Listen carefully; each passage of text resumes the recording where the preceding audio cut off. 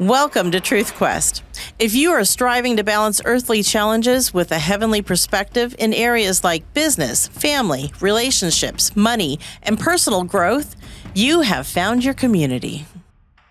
Welcome back to Truth Quest, one of the worst podcasts ever because we don't know what we're doing. However, we are digging in. Glad you're here. Right? Yes, and we're digging into the hard truth. Yes, we are. So, what are we doing? We are today. We're going to continue our series Yes. talking about balance. And we started on our last episode talking about how balance doesn't truly exist, but No, what that can it's a look fantasy. like. So let's talk about physical balance. Oh, yeah. This one, okay. You know when your mom says, do as I say, not as I do? Just call me mom. No, it's vital, right? Rest is vital. And we even touched on it a little bit on the last one. But rest is vital because there's all this, science has done all these studies, and that includes psychology. They've been doing a lot of studies on, and they've proven that time away from work actually improves your production, Wow. right? And so I think the key is you have to plan it. You got to be intentional about Yeah, it. exactly. Be very intentional. So when I am coaching someone, the first thing I tell them to do is I need you to go schedule your vacations. Because that feels kind of backwards, doesn't it? It does feel backwards. What people do is they plan all their work and then they try to fit in a vacation, which makes it more stressful, right? Yeah. And which throws you off balance. So let's be intentional, and you don't live to work. So let's plan your life and then make work fit around that. So they have to schedule their vacations first. They do it when it works for them. And their yearly goals don't have to start January to January either. Yeah. Your household. We do not start in January with our household goals. You're like in the fall. Yes. I don't do January because we live in Alaska and it is very cold and dark in January, and I just want to be a bear and hibernate, and I don't want to have to be coming up with Plans. plans and goals. Right. And I just want My to plan is keep to eating my get out of my leftover Christmas pajamas one cookies. day. Yeah, exactly. But when I do feel motivated is in the fall, is the beginning. We got a new football season, new school year, there's just new stuff. Just all the new already. Yeah, and we just kind of feed off of that. So we do September 1 to September 1 is what our household calendar looks like. Yeah. And I've always done October, but the reason I did October is because being in real estate, once you hit November 1st, you're actually already into January's business because it takes 2 months to get it closed. So I wanted my business plan in place in October. So to get my business plan in place in October, that meant that I had to do my personal planning in October. So mine is October to October. So look at us being all brilliant. Well, and it works because coming off of the summer, and summers in Alaska are just pedal to the metal. If the sun is out, That's it. I'll see you Ain't in a nobody month. going to sleep until the sun goes down in September. Yeah, so I need to not be trying to do, but I need to already know what my plan is by the time that comes around. Yeah, no, that's good. So I think their location could make a difference. Their work could make a difference. What's the priority in your life, and make that set your time for when you do your yearly planning. Yeah. So I love that. Second thing, take a Sabbath. The Sabbath was not put into place for God. I will hear people say all the time, and I just want to throat punch them. I won't really throat punch them, but they say, God needs you to take the Sabbath. No, God doesn't need the Sabbath. We need the Sabbath. It was a gift. I give you the Sabbath. Yeah, those are the words, right? I give you. Right, but we don't do it. And myself included. I have to struggle every week to take a Sabbath. You really do. Nope. Put it down. Put it down. Put it down. One of the best books I ever read was John Mark Comer, The Ruthless Elimination of Hurry. And in fact, I think I need to read it again. And one of the points in there is about the Sabbath. But it is just amazing to me the difference of my week will have if I've taken a Sabbath or not. Yeah. So it's not, God doesn't need it. We need it. Yeah, and he knew that. Yeah, and he knew that. He put so many things in place because we're broken. The other thing is to schedule time with God, right? His word, prayer with him, just being with him, right? We covered that last time. But throughout the Gospels, Jesus rested. He rested and he separated away from the crowd. I am a huge people person. Shocker. But I love people, but I don't recharge until I've gone away and been alone. That's where I recharge. I just need to go and rest and be with him. And if I really want to be on top of my game, I need to have some of that time every day. Yeah. So I look at that. You ever think about the fact that in Luke 8:23, and then again in Mark 4:38, and I was going through here, I'm like, Jesus slept in the boat in a storm. In a storm. We should take naps. Millions of toddlers cannot be wrong because Jesus did it. He took a nap. Why do we not take a nap? Can we claim that we need naps at work? Yeah, and it was during a storm. It's not while like life was sunshiny and fine. Was going on. Yeah, he made time for rest. Yeah, it's like, no, I'm napping. And demonstrating I need to recharge. So why don't Americans take naps? Europeans do. Don't they get nap time? They call it something else. What do they call that? I don't know, but Jamin, do you know what they call it when they nap in the afternoon in Europe? I was just going to say siesta, but that didn't sound all encompassing. Let's go with that. I believe some of them are trying out a 4-day work week as well. I'm going to move to Europe. just saying. Okay, so I came across the verse. I almost don't want to share it because I'm afraid you're going to throw it at me all the time. Oh, okay. Okay. Psalm 127:2. It says, "It is useless for you to work so hard from early morning until late at night, anxiously working for food to eat, for God gives rest to his loved ones." It's useless. I don't think I would throw it at you because I also am. Just don't let Fred know about this. This one's between us. That's right. If I'm going to go cut it out of his Bible. This prompting is going to be kept private. That's right. Nobody say anything. But it's so true, though. I mean, I am very guilty of letting anxiety get the better of me and just putting my head down and working and getting through what's on my calendar today, what's on my to-do list. And just before you know it, you look up and it's 3:30. And have I said one word? Have I stopped to do it? Probably not. Yeah. But man, does it go fast. Just takes it back to that intentionality. Exactly. And building habits. It's not choice. just going to happen. Yeah. And to do that, I have to arrange my schedule so that the most important things are done first. That's true. Because sometimes the most important things are the most uncomfortable things. Yeah. So I will push them to the bottom. I'll do the ones that I get to check the box because I'm one of those people that will actually write it on the list if it wasn't there before. Just to cross check it off? Yeah. We know who we are. I know. It feels so good. Even though it wasn't necessary, didn't need to be done, but I did something. Yeah. I just didn't do the most important thing. And then I'm cramming and pushing it in at the end of the day or beyond the end of the day. Yeah. And so and then it's I become not looking the same anymore. No, it is not. Yeah, because you have less energy by the end of the day. At least I know I do. Exactly. Yeah. I know that we talked about the fact that I have to go away in order to get a reset. But part of that is because our energy, it's a depleting resource.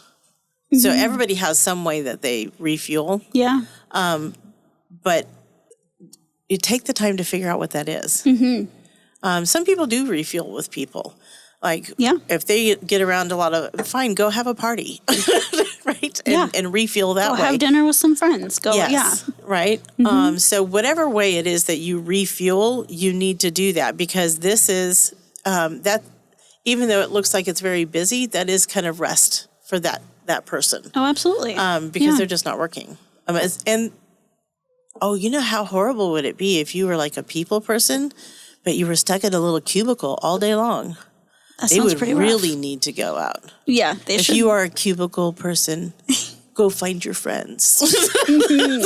You need to. It's for your physical well-being and your spiritual well-being.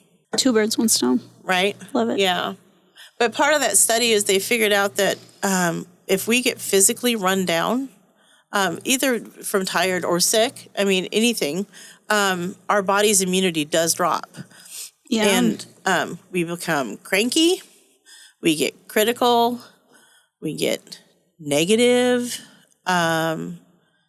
We have, what did they say? It says a prolonged lack of rest can do some serious damage to your nervous system. Yeah. That's just, it's amazing to me. It is. It's fascinating. Yeah. That the way that you psychologically are feeling and just the amount of rest you do or don't get, that affects your nervous system absolutely. Your whole body gets all out of whack. Yeah. And so, I take naps. That's what I know. Take naps. Norvell Hayes, he was a great businessman, and as well as he was in ministry. But he made a statement that said, tired people lean toward problems. Rested people lean toward solutions. I love that. I do too, because usually we're pushing tired just because we want to find the solutions. Mm-hmm. When in fact, if we just go take a nap, we'd probably get the solution. Mm-hmm. And you might even get there a little sooner. Right? I know it. But it feels so backwards. Mm-hmm. It does. Mm-hmm. It does.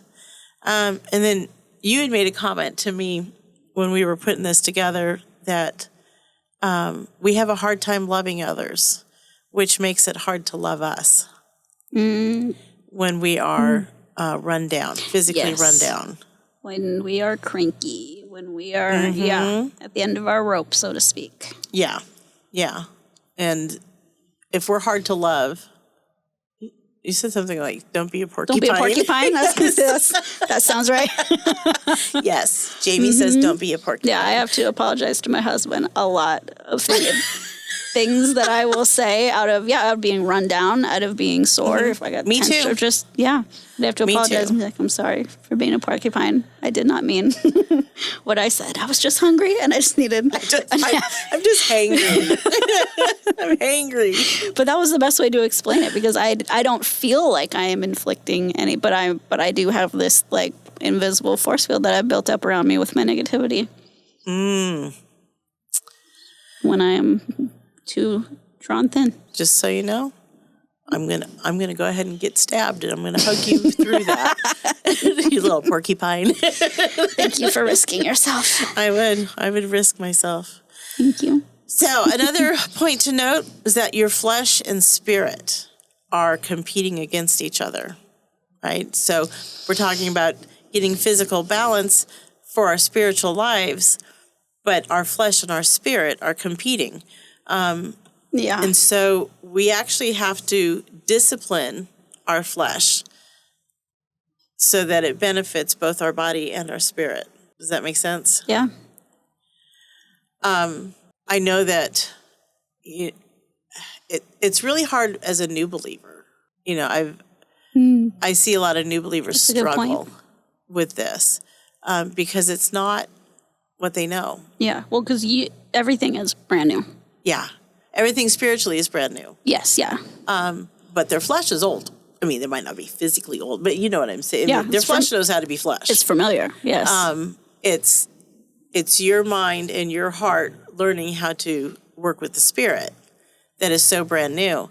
And that's why it's such a difficult stage, you know, trying to find the balance in there.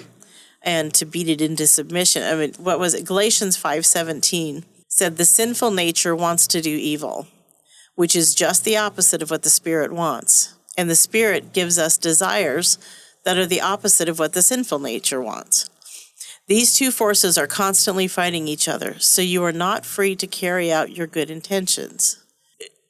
So you can't do it. I guess that's, you can't do it. You've got to lean into God and allow him to do it. But be aware of this battle that's going on, and you get to choose who because wins. it's going on whether you want to be aware of it or not. Yeah. It's You're a carry porcupine, whether you like it or not. Matthew 26 says the spirit is willing, but the flesh is weak. You need to strengthen up your flesh a little bit, right? I mean, strengthen the spirit-fed part of your flesh, put it that way.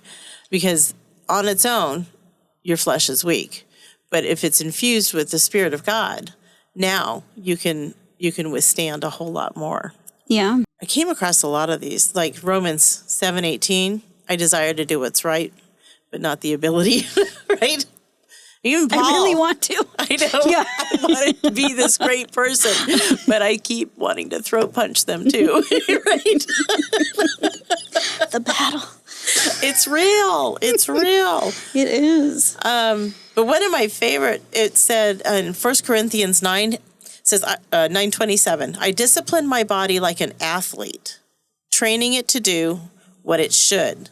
Otherwise, I fear that after preaching to others, I myself might be disqualified. That's heavy. It is. But, Paul's really good about being truthful of his own. Self-aware. He's very self-aware. Yeah. And so I've always appreciated that in his writings.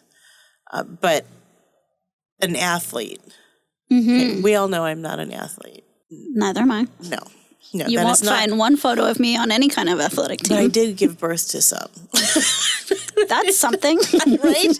Yeah, I breed athletes. If they were watching this, I'm in so much trouble. Really, Mom? You're going to say that? But I watched their athletic discipline, and they would take like one thing, whatever it is that they want to perfect, and they do it over and over and over and over and over and over and over until it's natural. Yeah, hundreds of times, thousands of times. Yes. Over and over. Yeah. Yeah. I mean, like even the martial arts, right?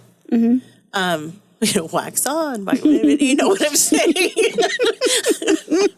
It's a little more than that, but yeah. I know. Please tell me people but the have seen discipline Karate Kid. is there. Yes. Yeah. That's it. And I think, and it's the discipline every day. And what disciplines are we doing in our lives every day? Well, and just tying it back to our other episode, what does your schedule have to look like for you to be able to hold that discipline? Yeah. And continue it. Exactly. There's so much intentionality that's required to really grow.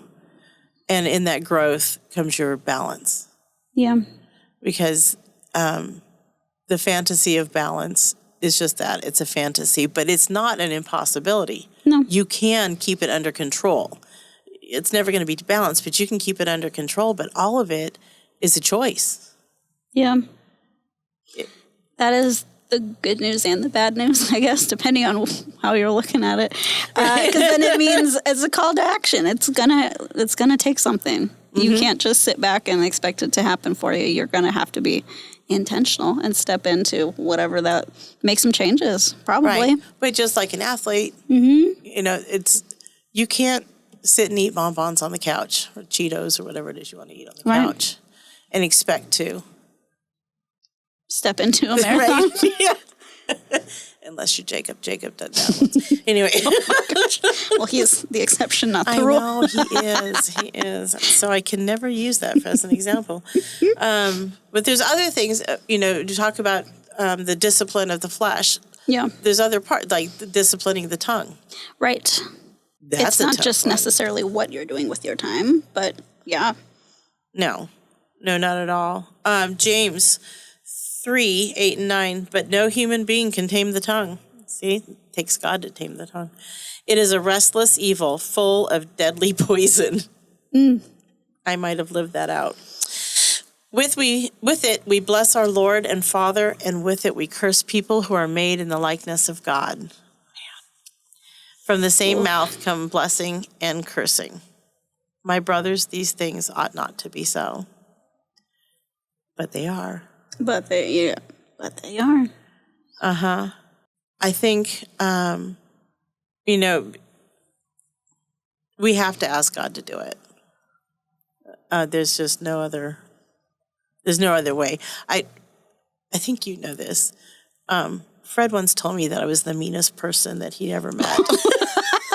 We were engaged at the time. I'm surprised. We just celebrated 30 years of marriage. Congratulations. Thank you. Thank you. And it's a miracle because apparently I'm the meanest person that he's ever met in his life.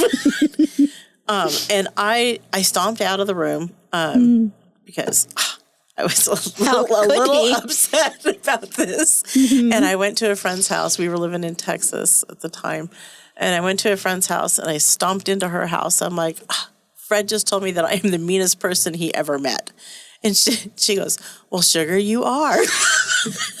Well. And I had to think about it. And I was. I mean, I could